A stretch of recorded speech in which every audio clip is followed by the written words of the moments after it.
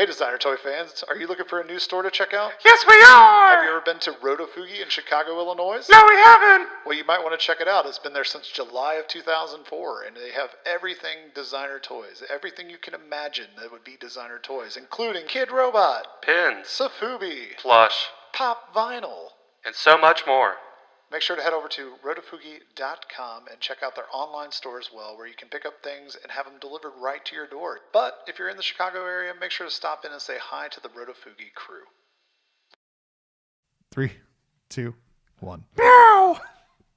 Hey everyone, welcome to the UVD Weekly Wrap-Up, the show where the team from UrbanVinylDaily.com goes over everything there is to know in the designer toy, art, street art, and Safubi world. I'm your host, Travis Likens. And I'm Ben Pierce. And we're here for episode 61, which we've entitled This, That, and Everything Else. Pretty much. So we have another one of our lovely just kind of thrown together shows for you, but we did want to come back and put a show together for you guys so we can talk about a few things. I do want to point out that a few weeks back we did get a comment asking us why we are not videoing yet again. And so we ugly. just to reiterate, we don't have our camera now. So we have a table. We're in the office. We have a table. We just haven't got our camera out and got the lights out. It's a lot of work to put it on, but we understand that you guys want to see our faces. I don't. I don't know why you want to see our faces and our movements and whatnot, but eventually we will get back to doing video. It's kind of when we feel like doing it again, I guess. We should give the viewers what they want, except we put like the animated smiley faces over our face, so they're getting video, but they're just not getting our face. So, and to be fair, it seems like an overwhelming minority that actually wants to see our videos. So only one person in the past couple of months has done it, and then one person prior to that. So it's only 2 out of all 33 people that regularly view our videos. What? I don't know. Although I don't know what it buys anybody. Although I will say that when you hear what we say, and you can just look it up. Although I will say, we have had much lower views since we haven't had a video. Maybe it's a YouTube thing. So people on YouTube want to see our faces and what they look like and how ugly we are. Unless we start making music. Boom, boom, boom, boom, boom, boom. So Ben and I have been working on a new theme song. So it goes boom, boom, boom, boom, boom, boom, boom, boom, boom, boom, boom, boom, boom, boom. We're just making it up as we go. But anyway, back to the toys. Going down the road about 110. You guys don't want to hear us like bantering about people in videos. So first up this week, we actually have a thing about one of our sponsors, Mr. Strange Cat Toys. He is doing a new show called Misappropriated Icon. And what it is essentially bootleg Kaws figures are being transformed into custom versions of said figure. It's the dissected, like split down the middle Kaws companion. It's going to take place at Redefine. Yeah, Redefine. I started to say Redefine. So Redefine Gallery. British. And it takes place from March 15th, this Thursday, through the 22nd of March, 2018. The opening reception is the 15th from 6 to 10, and that is in Orlando, Florida. So not only is it just a awesome little show, it's also taking place in a nice place that is nice and warm if you happen to be in that area. But the show features 13 artists, all creating custom versions of the Kaws Companion dissected version. So far, I have seen a few of these, including Jesse Hernandez and the Bots. And I think I saw Shifa's as well. There was one that was He-Man. I'm not sure who did that one, but that was pretty cool. It was like half of it was He-Man, half of it was Skeletor. Oh, I did see that. So that was pretty cool. It's a pretty cool figure all the way, or a pretty cool concept all the way around. I don't know that there's ever been a Kaws style custom show. Obviously, who could afford it? Well, one, who could afford it? Two, nobody wants to then destroy the figure, right? Mm-hmm. Because it is like a very valuable figure, especially the ones from back in the day when they were doing these. So now that they're open edition, maybe people start messing with them. But I do especially when they have broken heads. I do really like the poster for this. Like, I really like the operation style design. So just based on the poster, I'm going to go with this is going to be an awesome show. So if you happen to be in Orlando and you want to go see the show tomorrow, March 15th, or till the show comes down, you have until the 22nd of March, which is next Thursday, to go see all these custom designs. So, Ben, if you want to move on to your next piece, we have lots of events to talk about actually this week, and this one's not as fun, but Yeah, unfortunately, this is a sad one. So I guess I'm not going to belabor much, but um, Kirby and Whitney, proprietors of Rotofugi, are, I guess, having a little bit of a health issue. So there is a Eventbrite info called Cash Mob benefiting Rotofugi being, I guess, orchestrated by Burnt City Brewing out of Chicago. And so what the description is that Whitney Kerr of Rotofugi just recently received the news that she has leptomeningeal cardiomatosis, which I'll let you look that up, but it's, I guess, what Valerie Bertinelli has, which meningitis is swelling of the brain and stem or spine areas affiliated with cancer. So not a good thing. So the event is effectively to go to Rotofugi, bring your cash, spend some money. And so their aim is asking people to try to commit to spending $20 a piece at Rotofugi to help everyone out. And so everyone's meeting at 5:30 at Burnt City Brewing and gathering to drink and then walk over to Rotofugi and just shower them money. So you probably pick that up with the sizable amount of figures kind of coming out of Rotofugi for eBay that something was up. so not good news at all. We're here for you guys out there at Rotofugi, part of the toy family. So just not good news at all. So if you happen to be in the Chicago area, please take the time to head over and support this event. And anything probably helps, if I'm guessing. Yeah. So this coming Friday, March 16th.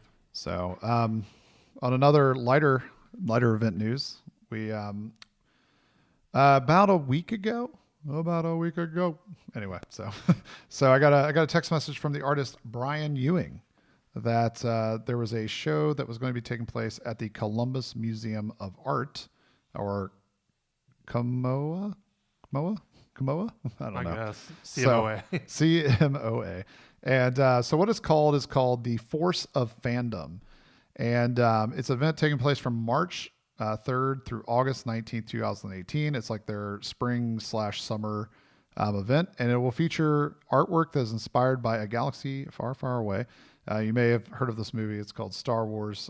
They're doing an entire show showcasing artwork that was inspired by something from the films. And ironically, so if you guys paid attention to our show around this time last year, my wife and I, Jenny, were getting married, and we had contacted Brian about doing an event poster for our wedding. Our poster was utilizing Han and Leia kissing, and then Brian turned that into a piece called The Kiss. And for our wedding, it actually featured a lot of things that we asked him to include in the background, such as song lyrics and things from different TV shows and movies. And Ja Rule, baby. No, it's actually Nelly. So That is Ja Rule. no, it's Nelly.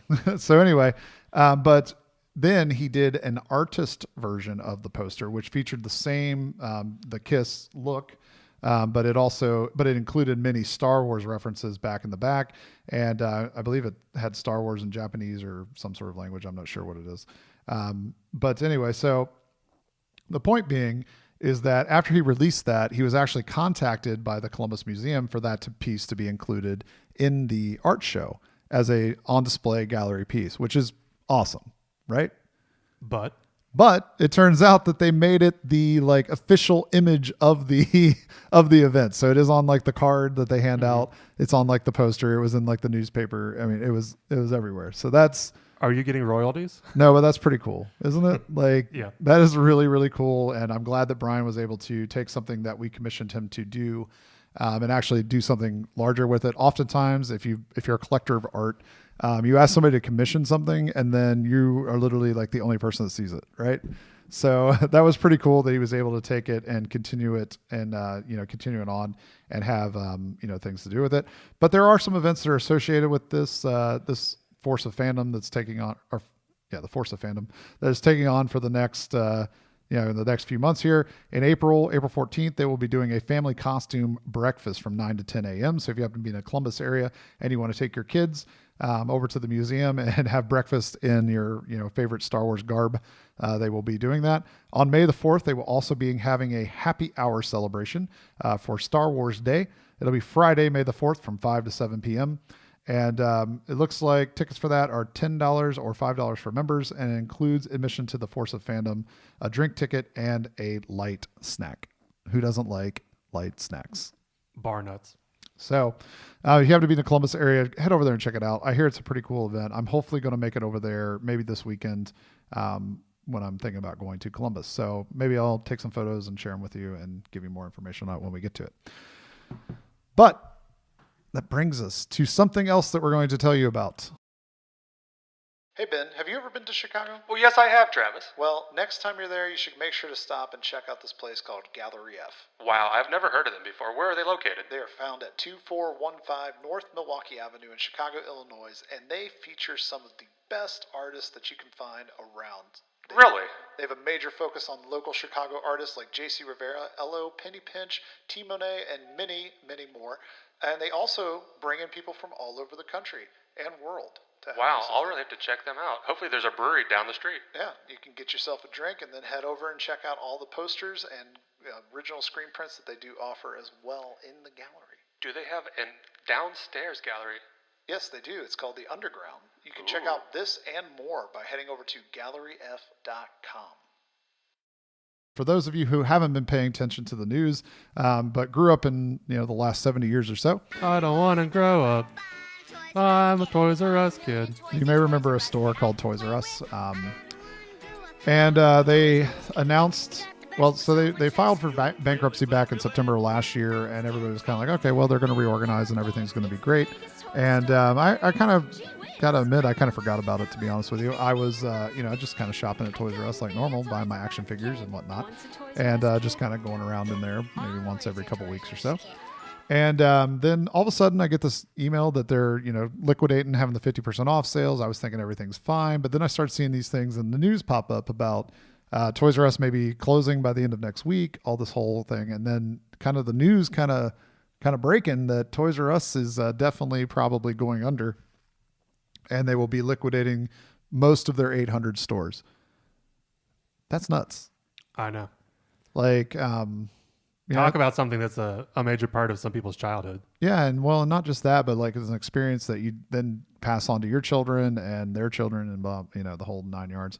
And for it to be like the last major toy store that is kind of held on for all these years, it's kind of like it's kind of sad to say, like eventually we'll be telling my kids or your kid, and like we'll be like, when we were growing up, son, we had a giant ass toy store that we had a store that you could go to that was nothing but toys. And sometimes they had baby clothes. And now you have to go to Walmart or Target, the fancy Walmart. I know, not some ghetto Walmart. So I don't know. I just have some mixed feelings about the end of Toys R Us. I feel like it's an end of an era.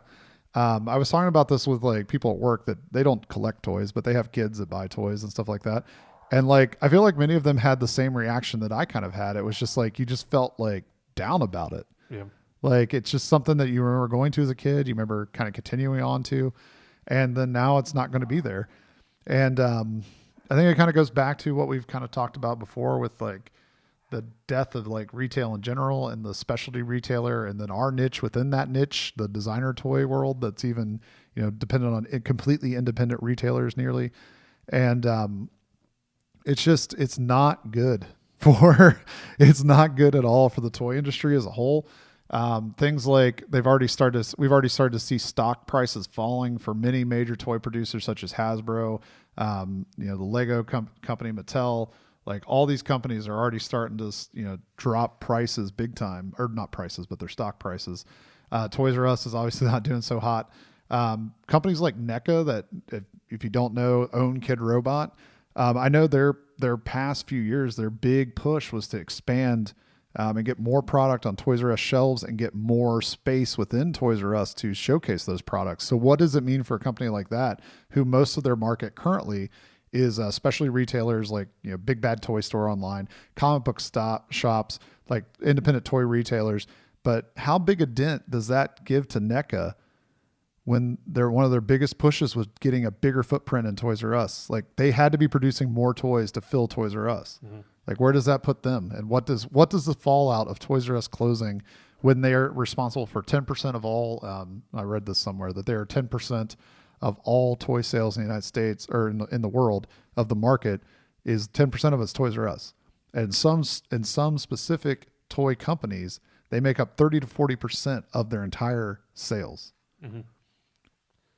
It's not good. Like it's just all around not good. Just think of the mall entity that used to be known as KB Toys. Yeah, I mean that created a big vacuum when they closed too, though. I mean they were kind of, in my knowledge, they were the last major toy retailer that bit the dust, right?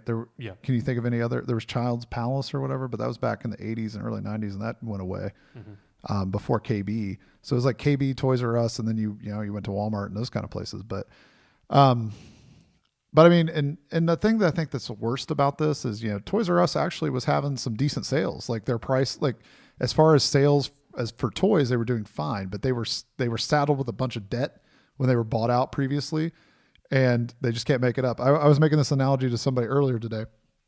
They're actually very similar to the post office. I was about to say post office. Where like they do just fine, like sales wise, but they have this humongous bill they have to pay. So they're always in the negative. So like, it's just crazy when you think about it that Toys R Us isn't going to be here anymore. And it's just really sad. Like it's just something that we kind of knew it was coming, right? Like all retailers are struggling as a whole, and toys are probably going to be one of the first one to struggle the most, right? But it just seems to me like it's something that it shouldn't happen, and it's sad. Like, what if this is like Hostess, where Hostess died for 20 minutes, a hot minute, and then came back? I don't think that's this. I don't think that's what this is. I mean, I just think it's just think of like how many random toys were made through Toys R Us, exclusives and whatnot, that would have never sold anywhere else. Like you couldn't pitch to Target. Target's would be like, "What the hell's that?" Yeah, Target. You Target could take it to a Toys R Us and they'd be like, "Hell yeah!" Target will never. And I'm going to say never, but there will never be NECA toys at Target.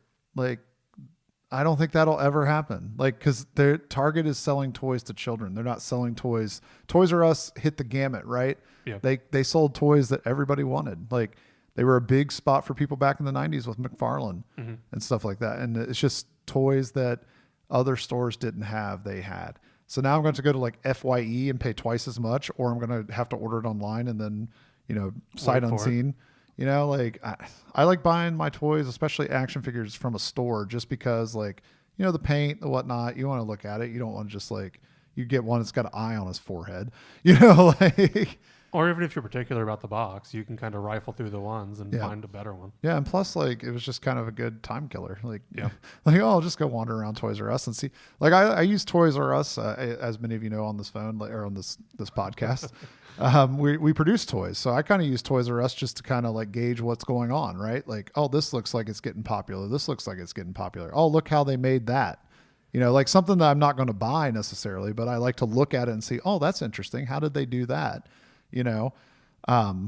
And that's not going to be there anymore. So, but I'll share one Toys R Us memory and then we'll call it a day unless Ben's got a good one. My favorite Toys R Us memory from childhood is actually in 1996. My parents had decided they were going to get me a Nintendo 64 for Christmas. If you remember 1996, Nintendo 64s were not easy to come by. So I did not get said Nintendo 64 for Christmas. And so every year after Christmas, I end up going for a family trip. And we had to return something that I had gotten for Christmas because it didn't work or something. And we go into a Toys R Us on the way on this family trip. And we're walking back towards where the toy is supposed to be that I'm supposed to be picking up. And there is a small child. He's probably 5, maybe 6, in the middle of the aisleway. And he screams, "They have them!" And he has the little paper. The little paper ticket that you have to take up to the front. Yes. The blue and white and yellow ticket. And he's waving it in the air.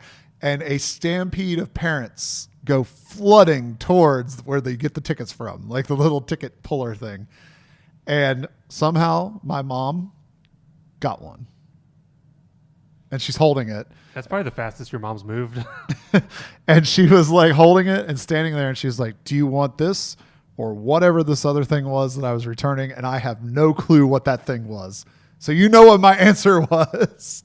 N64. So I will never forget getting that N64 from a Toys R Us, and then subsequently not having a game for it for like 3 to 4 weeks afterwards because all games for the N64 were sold out too at release. Like, it was crazy. N64 was nuts. Yeah. But I just remember going up to the counter and they scanned a little thing, and then you pay for it, or my mom paid for it, and then you have to walk over to the little booth that was like a door, like a half door, and a person stood there and they like got it out of the little like chained in area. Yeah. Little electronics locker. Yeah, it's just like, it's like a rite of passage, man. They don't do that crap anymore. And that's like a thing only 90s kids remember, right? No, probably 80s kids too. But you got a Toys R Us memory? Anything as good as that one? I think the only remarkable one I have is for a number of Christmases I would get like those Jeffrey bucks, which Jeffrey with a G. Yes. Joffrey bucks, which for those unaccustomed to it, and it hasn't probably been around for decades at this point, was their version of gift certificates that had the giraffe on the front and some sort of monetary amount. So I saved up for a couple of Christmases and birthdays and bought in the late 90s the Super Nintendo version of like Ultimate Mortal Kombat, which should not have been sold to a child. I should not have been sold to someone because obviously it's a 17-year-old game. But Dad drove me because obviously I was like 6 or 7 years old. Daddy, I want the Mortal Kombat. And, like, I don't really know that they judged him. I didn't really pay attention to. You were just like, man, I'm getting this game. I'm getting a Mortal Kombat game. I'm going to kill something and finish him. And he went with me. He, I guess, gave the approving nod to the cashier, and the person from the electronics locker walked it out and gave it to me. He was like, here, son, so it's a rite of passage. I don't really know that they judged him. I didn't really, at that age, pay attention to whether someone was being judged for letting It was the 90s. I assume an 8-year-old buy a game for a 17. It probably was rated E for everyone. It has a M on it. So, mature. Had that blood on it. It was like the very early mature logo. Yeah. But, I mean, it's just crazy that Toys R Us is not going to be a thing anymore. This has been kind of a downer of an episode, actually. Let's bring it up by stopping the shitting. Let's stop shitting on our childhood. Hey everyone, this is Travis Likens from the UVD Weekly Wrap-Up, and we're here today to tell you about a store. We've got Strange Cat toys, they've got toys for you, and some beard supplies, so check them out. StrangeCatToys.com, where you'll receive 10% off if you use the code UVD at checkout. The other big news of the week that is UVD related is that currently we are on Kickstarter with one MJ Sue reducing. Reducing. We're trying to produce Ellie, the Jellyfish Princess. She's about an 8.5-inch tall figure designed by one MJ Sue. We have a ton of great things that you can back it with or back it for to get awesome rewards like prints, pins, button packs, original art, Kickstarter exclusive color, of the figure, and so much more. But we are currently about 28% funded at $5,500 or $5,600, and we have about 24 days to go. So if you would like to check out everything there is going on with that, you can head over to Kickstarter.com and use the search block to search for Ellie, the Jellyfish Princess, and you'll find our Kickstarter there. It currently is set to go through April 8th, 2018. So you do have some time to get on it, but back early and back often. Pick it up. Because that helps, build confidence in the campaign, and also helps us get some support from Kickstarter. They'll put us on their page where they showcase hot projects or new projects or projects we love and all that kind of stuff. So if you want to help us out, help us bring a dream to life, and help produce the first ever MJ Sue production toy, head over to Kickstarter and back it. So that's our final plug, but moving on to things we don't understand. So earlier we were at dinner and we were talking about all kinds of stuff. But one of the things that came up is sometimes there are toys that we just don't understand that come out in the designer toy world. And we're going to focus on something specific right now. So we have noticed that there is an epidemic of toys in a specific... Pretty shitty toys. in a specific thing. And what it is like, it just seems like recently there have been a lot of dogs pooping. And they've come from what we've been able to confirm as 3 separate sources.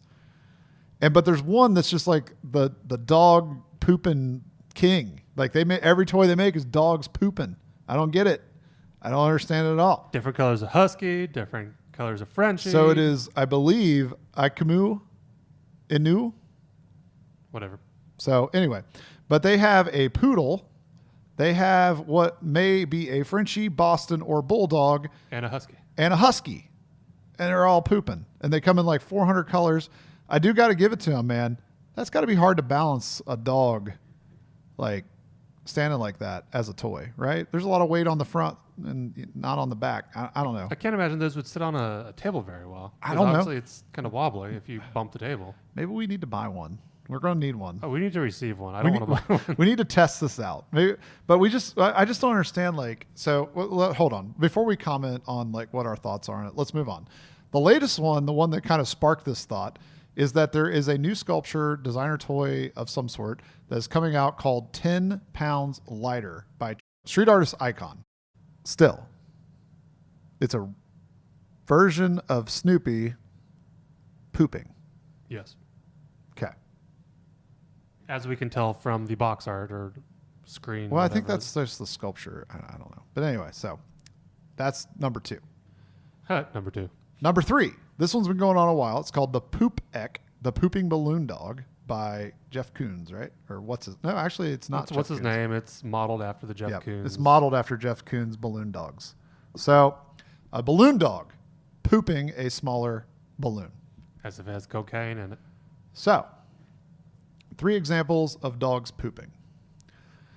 I don't get it. Plain don't get it. The Jeff... I'm not going to... I guess... What's his name? What's his name? Any of them. Any of these ones, I feel like is a conversation piece that you put on your desk at work. Because it's not technically offensive. But it's just odd. I mean, people could be It's like perturbed by it, but it's just like really odd.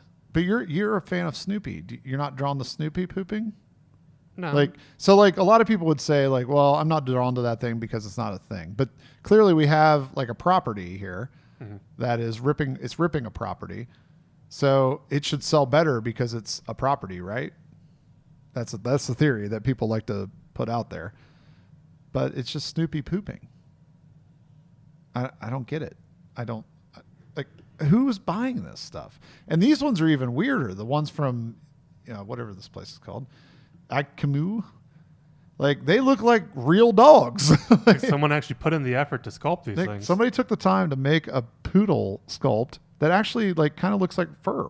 Like, and that's not easy to accomplish in general. And then like there's the Husky, which looks like the face is sculpted really well. Looks like a Husky. And it's 9.5 inches or 9.5 inches wide, 6.5 inches tall. Like, that's a big dog that's pooping on your thing. Yeah. Like, I don't know. I don't get it. Do you collect dogs pooping, people? Are you the people buying these things? I don't know. I don't get it.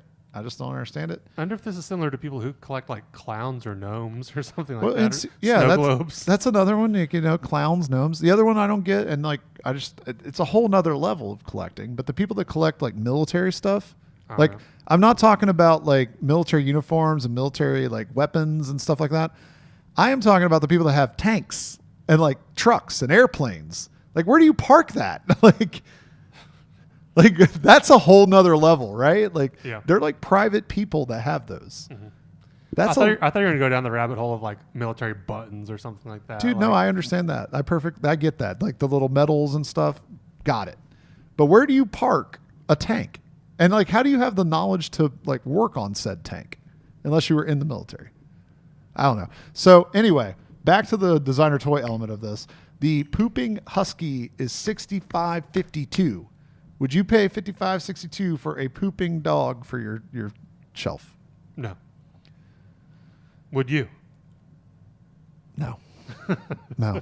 That's coming from the guy that has I have an autopsy baby from Miscreation Toys, which is some people might look at that and say, why do you have that? I think it's a cool design.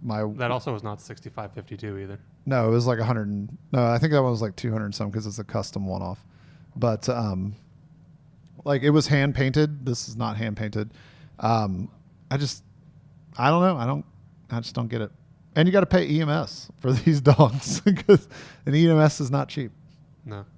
So, but do you collect the pooping dogs? Any of the three we discussed? Do you know of more pooping dog toys? Because this seems to be an epidemic of designer dog pooping toys.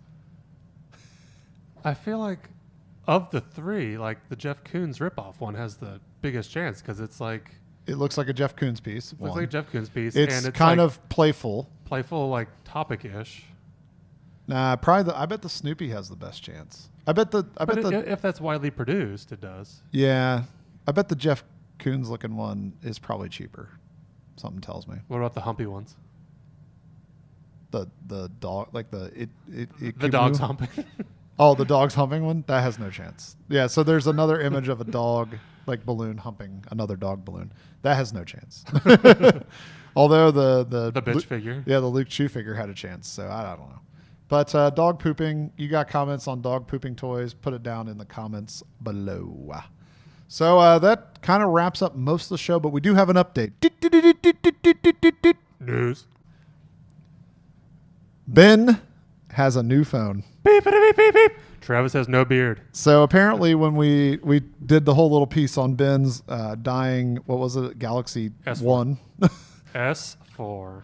Apparently the next week or so, it decided to take a dive, and it died. So RIP to Ben's Galaxy S4, since he had from the early time of Obama's second term.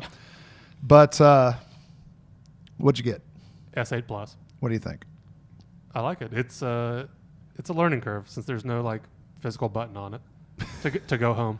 I also feel like I've seen some photos you've been posting, and they are much higher quality. Like you're doing a lot better. I think your phone from prior was putting you at a disadvantage to take good photos. I don't know that I was purposely trying to take good photos. I would assume if you were sharing them on the internet, they were at least supposed to be halfway decent.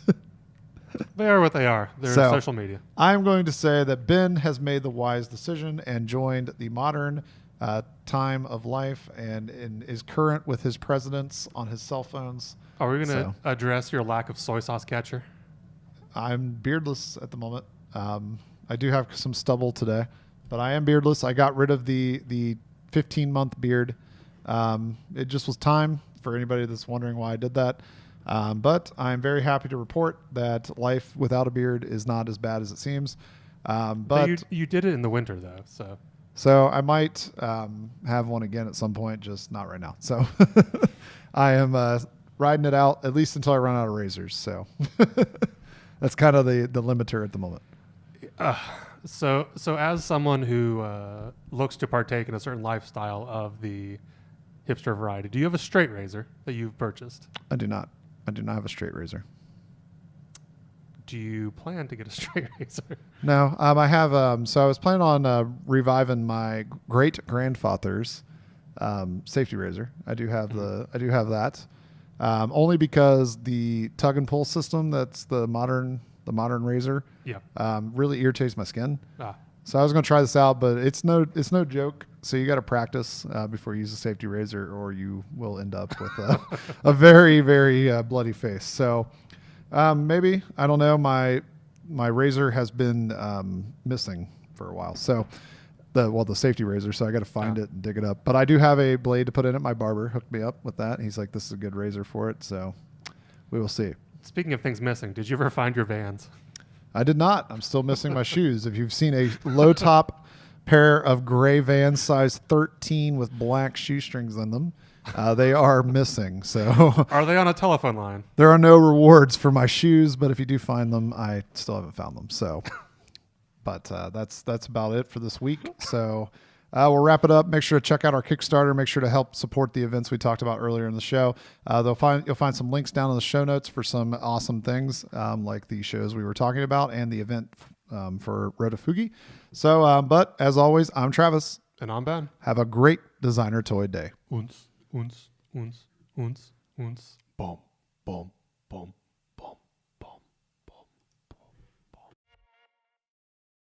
Thanks for checking out our video right here on youtube.com/urbanvinyldaily. While you're here, make sure to give us a subscribe and a like. And if you're so gracious, you can share this video on your favorite social network. You can always give us a follow on Instagram or Twitter @UrbanVinylDaily, or find us on Facebook by going to facebook.com/UrbanVinylDaily, and you'll be able to keep up with our latest posts and information going on in the world of UVD. If you want to help us out in more of a monetary way, you can always head over to our store, urbanvinyldaily.storeenvy.com, and check out all the awesome things we have available from great artists from all over the world. Or you can head over to our PayPal and just straight up donate to us to help us keep the lights on and keep things going by going to paypal.com and sending money over to urbanvinyldaily@gmail.com, and that will help us out in more ways than you know. If you want to keep up with everything going on in the world of UVD, make sure to head over to urbanvinyldaily.com. Or if you're interested in sponsorship information, a comment, or a question, make sure to head over to urbanvinyldaily@gmail.com and send us a message. And if it's good enough, we'll answer it right here on the UVD Weekly Wrap-Up. As always, this has been an Urban Vinyl Daily production.